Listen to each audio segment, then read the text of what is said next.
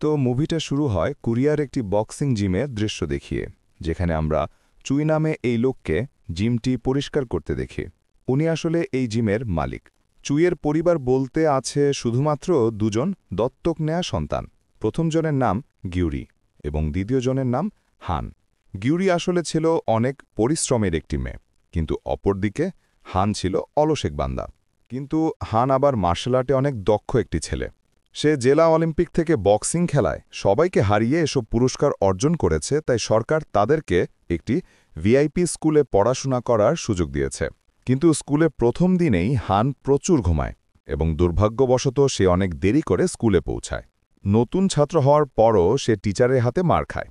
সে মার খাওয়ার পর তার নতুন স্কুলে ঢুকে, কিন্তু তার এরকম দেরি করা দেখে সব ছাত্রছাত্রীরা অনেক অবাক হয়, কারণ একজন নতুন ছাত্র হিসেবেও সে দেরি করে ফেলেছে।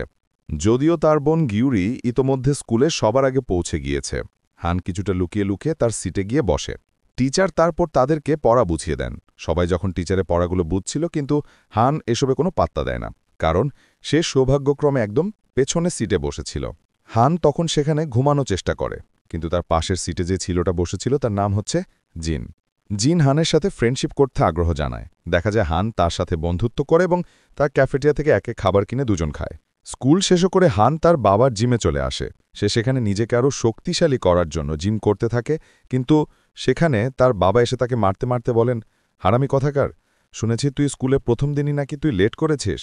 ওদিকে বাসায় বসে তখন গিউলি নুডলস খেতে খেতে টিভিতে ড্রামা দেখছিল।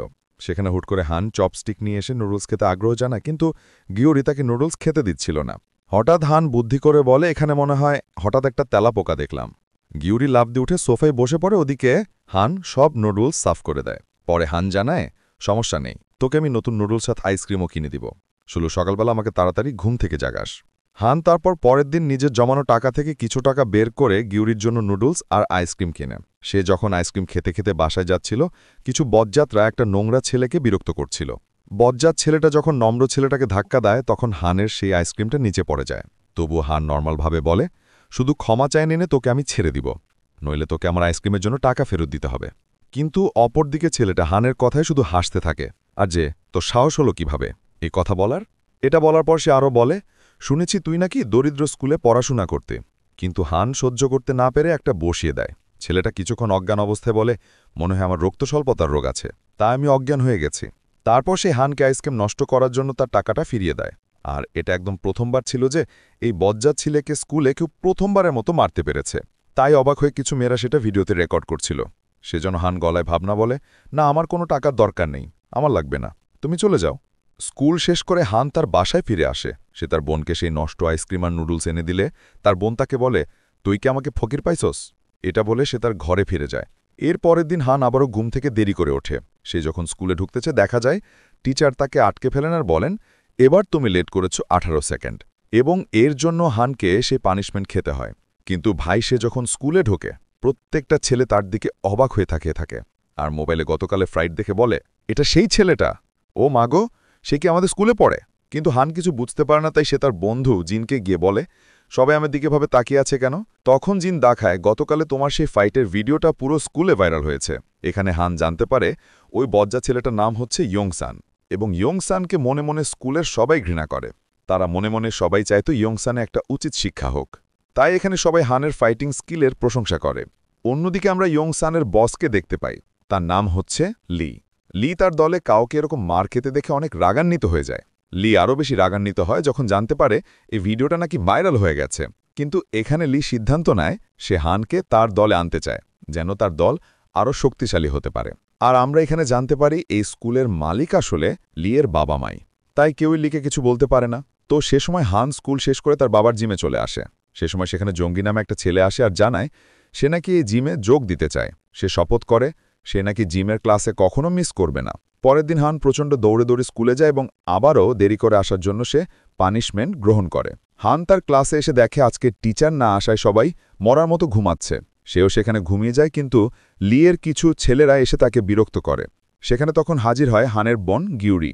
সে ওই ছেলেটাকে জানায়, আমার ভাইকে বিরক্ত করবে না, তাকে একা একা থাকতে দাও।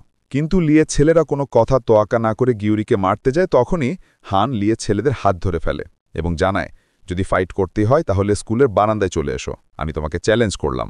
বারান্দায় আসার পর সবাই লক্ষ্য করে তাদের নায়ক হান লিয়ের ছেলেদেরকে একদম ভর্তা করে ফেলেছে। এই সবকিছু দেখে স্কুলের ছাত্র সভাপতি অনেক অবাক হয়। তার নাম হচ্ছে জিসু এবং সে হানের সাথে কথা বলতে আগ্রহী হয়। জিসু তারপর রেস্টরুমে এসে হানের আজকের এই কাজে যেন প্রশংসা করে এবং সে জানায়, তুমি চাইলে লিয়ের গ্যাংদের সাথে যুদ্ধ করতে পারো।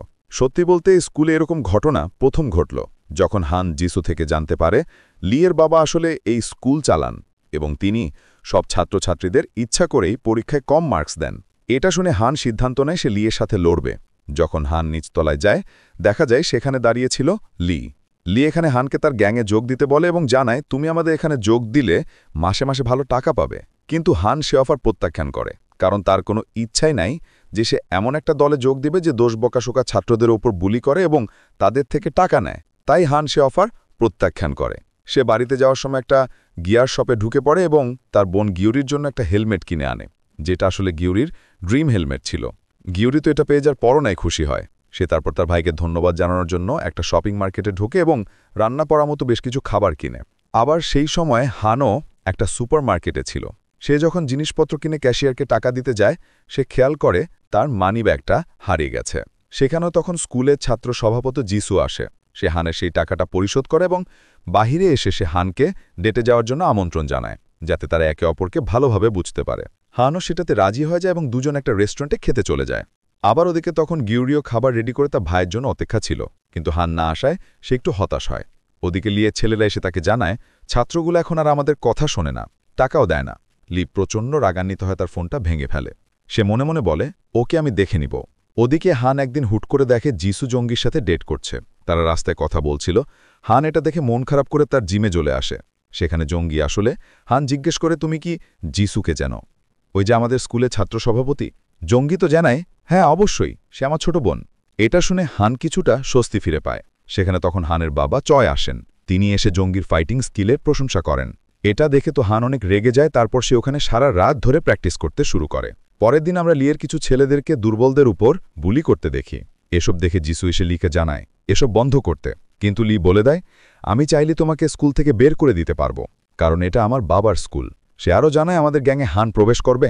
হানের এই সাহসিকতার কথা তো পুরো স্কুলে ছড়িয়ে পড়ে।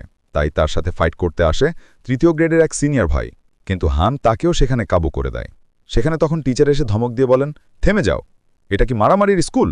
টিচার তারপর হানের বাবাকে ডেকে আনেন আর জানান, আপনার ছেলে যেভাবে স্কুলে মারামারি করছে এরকম চলতে থাকলে স্কুল থাকবে না। চুই তারপর টিচারের কাছে ক্ষমা চানা জানান, এখন থেকে আমি আমার ছেলেকে দেখে রাখব। পরে চুই এসে তার ছেলেকে অনেক কথা শোনান, কিন্তু আমরা সবচেয়ে অবাক হই যখন লি এসে হানকে তার গ্যাংয়ে যোগ দিতে বলে এবং হানও সাপ্পাস না ভেবে লিয়ের কথা রাজি হয়ে যায়। লিয়ের ছেলেরা হানকে স্বাগত জানায়। এসব দেখে তো স্কুলের প্রত্যেকটা ছাত্রছাত্রীরা অনেক অবাক হয়ে যায়। তারা অনেক কষ্ট পায় এই ভেবে যে যাকে তারা নায়ক ভেবেছিল শেষ পর্যন্ত সেই ভিলেন হয়ে গেল। তাই এখন থেকে সবাই হানকে এড়িয়ে চলতে শুরু করে এবং তাকে অন্য বোকাটিদের কতই দেখে। তো টিফিন টাইমে লিয়ের কিছু ছেলেরা দুর্বলদের থেকে টাকা নিচ্ছিল। সেখানে তখন হানও ছিল, কিন্তু আমরা দেখতে পাই সে সিক্রেটলি সবকিছু মোবাইলে রেকর্ড করছিল। কিন্তু কিভাবে যেন এই রেকর্ডের কথা জেনে যায় লি। এর পরের দিন ছিল স্কুলের ছুটির দিন। লিয়ের গ্যাংয়ের সবাই স্কুলে মুখোশ পরে হাজির হয়। তারা সিদ্ধান্ত নেয় তারা সবাই হানের জিমে যাবে এবং হানকে শেষ করে দিবে। এই যন্ত্রণার সহ্য করা যায় না, কিন্তু হান আবার তখন জিমে ছিল না। তাই তারা সেখানে জঙ্গির সাথে ফাইটে নেমে পড়ে। ফাইট হয় অনেকক্ষণ ধরে, আর এর মাঝখানে চলে আসে হানের বোন গিউরি। সে জলদি করে পুলিশে কল করতে যাবে, কিন্তু এর ভেতরেই লিয়ে ছেলেদের একজন গিউরিকে সেখানে খুব বাজেভাবে মেরে অজ্ঞান করে দেয়। লিয়ে গ্যাং রেটে দেখে তো অনেক ভয় পেয়ে যায় এবং সে ছেলেটাকে বলে, তুই এটা কি করলি? এই মেয়েটা তো এখন মারাও যেতে পারে। তাই তারা ভয় পেয়ে সেখান থেকে পালিয়ে যায়। জুমকি তাড়াতাড়ি হানকে ফোন করে আর আসতে বলে। হান সেখানে পৌঁছালে লিয়ের সব কর্মকাণ্ড দেখে তার তোর আগে গা জ্বলে ওঠে। সে দুইবার চিন্তা না করে লিয়ের খুঁজে বেরিয়ে পড়ে। সে আজকে লিকে ধরতে পারলে একদম শেষ করে দিবে। যেতে যেতে সে একটা আন্ডারগ্রাউন্ডে চলে আসে এবং লিয়ের সব ছেলেদের সাথে লড়াই করতে শুরু করে। সে সেখানে একটার পর একটাকে মেরে শেষ করতে থাকে এবং শেষে সে মুখোমুখি হয় লিয়ের সাথে। কিন্তু প্রথম ধাক্কাতে লি হানকে কাবু করে দেয়, কারণ অধিকাংশ লোকেরা জানে না লি ছিল এক সময়কার MMA ফাইটার। তাই সে হানকে সহজে হারিয়ে ফেলে। হান সেখানে অচেতন অবস্থায় ছিল, কিন্তু একসময় সে অনেক রাগান্বিত হয়ে উঠে আসে এবং সে তার জীবনের যত শক্তি ছিল সবটুকু দিয়ে লিয়ের ওপর অনেক জোরে ঘুষি মারে, এবং যার কারণে লিয়ের তখন দাঁত ভেঙে যায় এবং এই খেলায় বর্তমানে হান জিতে যায়। সেখানে তখন হাজির হয় স্কুলের ছাত্র সভাপতি জিসু। হান তারপর জিসুকে সেই ফোনটা ফিরিয়ে দেয়, যে ফোনে লি এবং লিয়ের ছেলেদের শত শত